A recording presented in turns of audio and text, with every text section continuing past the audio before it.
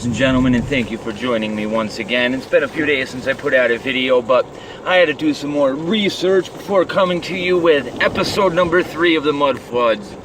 So today we're going to be talking about Adolf Hitler and what his movement with the Aryan race in World War II and the development of the Nazi Party, etc., was actually all about. History has been skewed so much that we don't even have a basic understanding of one of the deadliest conflicts known to mankind, nor do we actually understand the motives as to why or how it started and how and why the powers at the time let it happen. You have to understand, Adolf Hitler did not come to power on his own volition. A man of his upbringing, stature, influence, etc., is never going to achieve what he achieved without the powers that be at the time letting him achieve that. Now, a lot of people talk about the Aryan race as though it's fictitious, as though it's something that Hitler wanted to engineer, as though it's not an actual race of people. If you ask any historian, they're going to tell you that there is no such thing as a true Aryan race. However, that right there is all propaganda and bullshit to hide reality from you. The Aryan race did exist, okay? It's just not what we think it is. Basically, in my opinion, Adolf Hitler was trying to bring back tartarian culture. Now, a lot of people will sit here and tell me, I'm wrong, I don't know what I'm talking about. He was mimicking the Holy Roman Empire. He was going back to the medieval times and bringing that culture back into his influential circle and using it to manipulate the people and make them believe that they were part of a grander civilization or history than they really were. Well, Hitler wasn't lying when he said this. He knew full well what Tartaria was, and he knew full well what he was doing in trying to establish the Aryan race as the dominant race, period. He was doing nothing more than what the Tartarians had already done to a certain degree. All he wanted to do at this point was to bring back the true culture and heritage to his people. If you listen to what Hitler talked about over and over again, that Germany was stolen from its people and separated into different nation states in order to hide and destroy the historical and cultural value that they had to begin with. Now, in my opinion, this is exactly what World War I was designed to do. World War I was designed to start a conflict in an area that was just changed completely. Okay, so prior to World War I, the War of 1618, right? The War of 1618. There is no way in hell that this happened by coincidence in that region. And if you look at the players that were involved with the Duke that got killed, etc., all of this was engineered to eradicate the people that were left in that area that knew full well what their true history and culture was, Tartaria. And it is no coincidence that after World War I, they started to try to bring in the League of Nations, United Nations as we would call them today, etc. Basically, what they did was they dissolved the Tartarian culture completely. And then anywhere where there was people in Tartaria, in those regions that were a tight-knit community, they drew borders in between those areas so they'd separate those people on one side of the border and then the other side of the border, effectively turning them against each other, more or less putting a divide between that culture. And this is exactly what World War I was designed to do. And I think Adolf Hitler slowly came to realize this over time. Now, there is no doubt in my mind that Hitler was nothing more than a figurehead. If you look at the Ashkenazi Jews as well as the Jesuits, they were definitely in cahoots as far as supplying Hitler the means of launching World War II into a state of actual war, okay? If you look at the way that Hitler tried to organize the Nazi Party when it first started, it was very different than the way a lot of things had been done in the past. He mastered the art of propaganda. However, the conflict that ensued after Hitler got arrested and wrote Mein Kampf, etc., etc., I don't honestly think it happened the way that everybody wanted it to.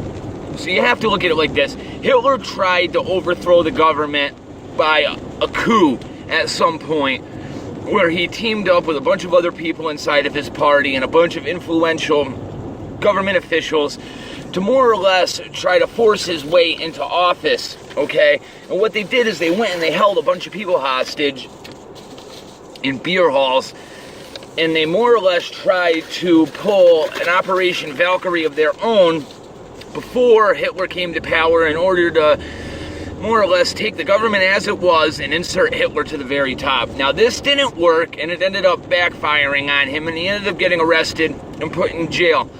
Now, he was treated very well, and you have to wonder why.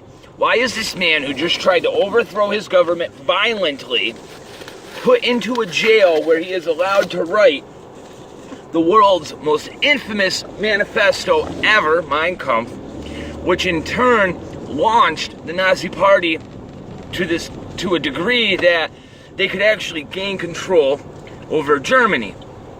Now, you have to realize this. Hitler was a very, very, very smart individual. Nobody can ever take that away from him.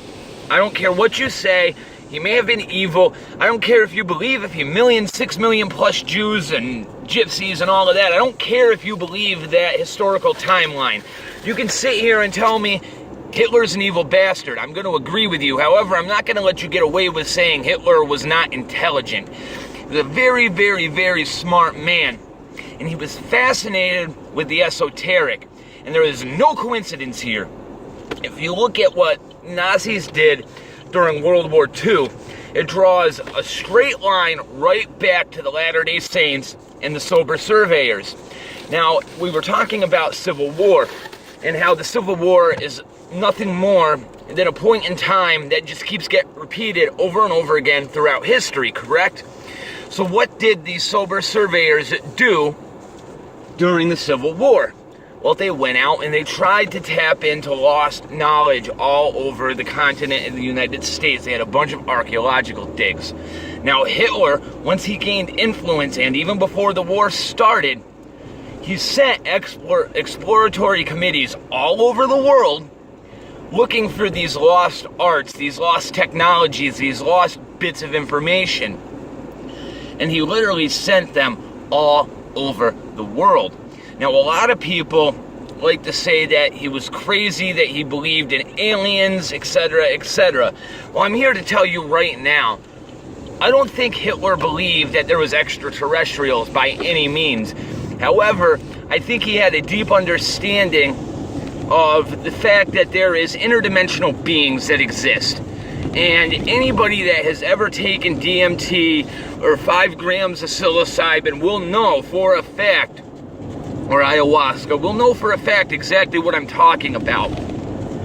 When you enter these hallucinogenic states of mind, you are opening a doorway into a place that most people should never go, in my opinion. You're allowing yourself to communicate with entities, and there is no doubt about this. So Hitler had a program where there was a bunch of ladies who supposedly could communicate with extraterrestrials, and this is where they were getting a lot of their information from as far as the rocket programs, that bell that supposedly traveled through time, etc. Like, this technology did not come from inside of our minds, inside of our brains. It was given to us. And like I said, this is a cycle that keeps repeating itself over and over and over again. If you look at Joseph Smith, you can clearly see that he was communicating exactly like these women who were part of this program that communicated with extraterrestrials for Hitler. It's the same exact thing happening all over again, okay? And I think we're witnessing a resurgence of this right now in front of us, right? It's happening in modern times before our eyes as we speak. So let's think about things logically and take it back to the Wright brothers for a moment when they flew this first plane over the surface of the earth, right? Everybody thought that it was absolutely impossible to put an aircraft, right, to make something fly like a bird through the sky. And then, in less than 100 years, we go from having Orville Wright fly that plane, and then less than 100 years later, we put a man on the moon. Now, right smack dab in the middle of this, we have Adolf Hitler advancing technology like we have never seen before, and it comes out of nowhere. He develops the V-2 rocket with the help of Wernher von Braun, right? Where did this information come from?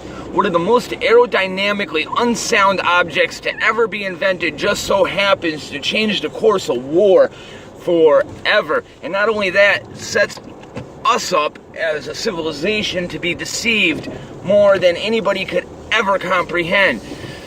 Now, there is no coincidence by any means that the influencers and the people that let these technologies develop because of their minds or whatever, that influence the development of these technologies, why were these people co-opted into different governments after World War II? That right there is a question you have to ask yourself. So we make Hitler out to be this evil person, right?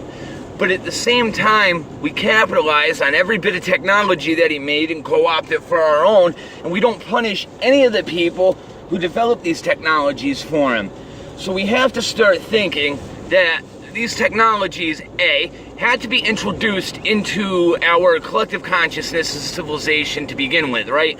That's step number one. They have to find a way to introduce this, and what better way than to disguise it as war engineering, correct? And not only that, we're not going to assume responsibility for creating these devices. We're going to pin it on Hitler, and then after everything's done, we're going to co-opt that technology so we don't look like the bad guys that developed it. Okay? Is this making sense to any of you? I hope it does, because we're going through the same process again today. So let's get back to Hitler and his fascination with these archaeological digs. He sends teams all over the world, including down to Antarctica, right? And all of a sudden, his technology booms. He comes out with these V-2 rockets, etc., etc., etc. Some of the artillery this man came up with is absolutely insane. When I say this man, I'm talking about his collective organization. Now, I find it very odd that the Ashkenazis played a huge role in bringing Hitler into power. Now, you have to realize that, yes, even though they are Jewish, they aren't what you're thinking they are. Okay, so Judaism is a race, right? Not necessarily a religion. If you're Jewish, it's considered a race. Now, this is where things get very complicated, okay? It gets very complicated, especially when you start talking about Jews, because a lot of people think when you say Jew that you're referring to a religion. I'm not, okay? A lot of these Ashkenazi Jews are actually atheists. They're Jewish by race, but they are atheist through and through. And the thing about these people is they realize that they can influence the rest of the world by simply claiming that they are Jews. So what you'll see with a lot of these people is they insert themselves into organizations. This is what the Ashkenazis are famous for. They'll take members that are atheists, right? And they'll insert them into different religious doctrines all over the world. And this is what we call a crypto Jew. And this is how the Ashkenazis, as well as the Jesuits, even though the Jesuits aren't necessarily Jewish, they use the same practice. They insert them into these organizations, and they more or less disguise themselves inside of that brand. So what happens is, this is how Hitler came to power to begin with. I have a very good feeling that Hitler himself was tied to the Ashkenazi one way or another, because if you look into Hitler's lineage, you can clearly see that he himself is a crypto Jew, okay? Hitler himself is Jewish. All you have to do is go look at the lineage. There's no hiding it. His grandmother was Jewish, which makes him Jewish, okay? So why in the grand scheme of things, if Hitler is Jewish, how does this make sense? Well, it makes perfect sense when you look at what the Ashkenazis have been doing since day one. Okay? These people have so much esoteric knowledge that it is ridiculous. Because they have been working with the Jesuits since the Jesuits came into power. Okay, these power brokers that we see in this world, they want us as a civilization to think that they are fighting a war against each other, okay? They want us to think that people like the robber barons, right, aren't working with the Ashkenazis, aren't working with the Jesuits, aren't working with the Russians, aren't working with the Chinese, etc., etc., etc. When in all reality, that is all a front, okay? This is all being engineered at the very top by a bunch of different organizations, and that's exactly how Hitler got the power that he got. They allowed it to happen. They allowed it to happen. They allowed it to happen. I don't know how many times I can say this. They allowed it to happen. Now, here's where things diverge. I think Hitler realized at some point what was actually going on. I think he realized that he was a pawn at some point. And if you look at the way that the war was going, you can clearly see that the United States was not going to intervene in World War II. We weren't. We just weren't. And then there was a turning point where we engineered our way into that war because we realized that Hitler went off script. He was controlled. He was controlled very, very well until he actually got power, until he was pronounced Chancellor of Germany, okay? And this is where he realized, why do I need these other factions that put me into power? Look at the grip that I have over my country. Look at the grip that I have over all of Europe. Why do I need you? And then at this point, the entire world turned against him, and there's no coincidence there. So I want to talk about history in and of itself and what we think of World War II when somebody brings it up. What's the first word that enters your mind when somebody brings up Nazis or World War II? If it's not the first, it's probably going to be the second thing you think of. And that, my friends, is the Holocaust, okay? I'm not going to sit here and tell you that people didn't die in camps during World War II. But I'm telling you right now that the United States would have suffered the same exact fate with our Japanese if we would have been invaded. So I've already talked about this previously as to how slavery is not what we think it is. That slaves were never treated as badly as we think they were. I'm not condoning slavery. I'm going to make this very clear. However, if you accept that the mud floods are a possibility, if you accept that they happened, then you also have to realize the rest of your history is bullshit. They haven't told you anything that is true. Absolutely nothing. So why, when you look at the Holocaust, do you look at it with virgin eyes and say, oh, this is how it happened? Well, I'm here to tell you right now that there's a lot that does not add up about the Holocaust, as well as the number of people that they say that were killed, and by the means that they say they were killed. So they say that Hitler devised the final solution with the help of Rommel and a bunch of these other evil bastards, right? In other words, they wanted to eradicate the Jew from society. Now, this may all seem fine and dandy, like he might not have liked the Jews. And you know why? Because the Jews engineered everything with World War I all the way back into history, and Hitler knew this. Who do you think brought down Tartaria? Okay? It was the Jew. I don't hate Jewish people by any means, okay? There are a lot of Jewish people that go out there and they work their asses off, okay? But I want somebody to name me a Jewish janitor inside the United States. I'm going to steal this one from Owen Benjamin because you can't do it. The modern day Jew that we see today does not do manual labor. They just don't, okay? They are sneaky people. They are always trying to better themselves, but that is human nature. Let's go back to the Holocaust, okay? As I've stated before, why would the South ever treat their slaves poorly starve them, beat them, etc., when they're driving the economy of the South. You have to apply the same logic to Adolf Hitler and his labor camps. Why would Hitler ever eradicate the people who are driving his economy? Okay? And on top of this, the evidence does not add up to the means in which they say Hitler killed these people. There was never enough Zyklon B produced during World War II to kill the amount of people they say Zyklon B killed. Not only that, the gas chambers at Auschwitz have absolutely no traces of Zyklon B all over the walls in those chambers, and it's also proven beyond a shadow of a doubt that the holes used to throw the Zyklon B into the chambers were put on those buildings post-war. This is proven.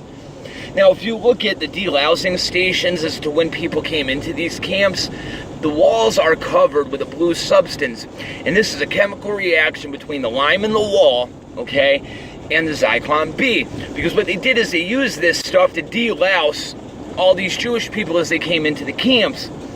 So we can clearly see that Zyklon B was used as a delousing solution, right? However, the evidence is not there to tell us that Zyklon B killed anybody. Now, on top of this, I'm going to ask you, what does Hitler have to gain by killing off the economic powerhouse that is the Jew? He has none, absolutely none. So we start looking at World War II and how we got involved in it. We let the Japanese attack us in order to suck us into a war because we were an isolationist country at the time, and the American people didn't want to get into Europe's business. And it was a very smart move on our citizens' parts, right? We realized that there's no reason for us to go die for people that are stupid enough to get themselves into this situation.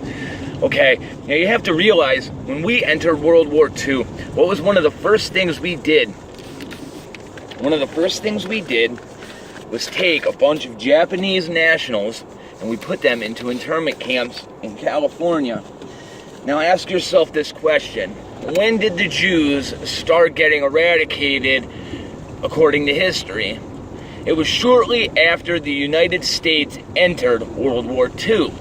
Now ask yourself this question: if we as the United States would have been invaded while we had these Japanese in internment camps, what would happen if the Germans or Japanese came and bombed out all of the infrastructure, rail cars, everything, airports, etc., that would allow us to supply food, medicine, and shelter to these people in these camps?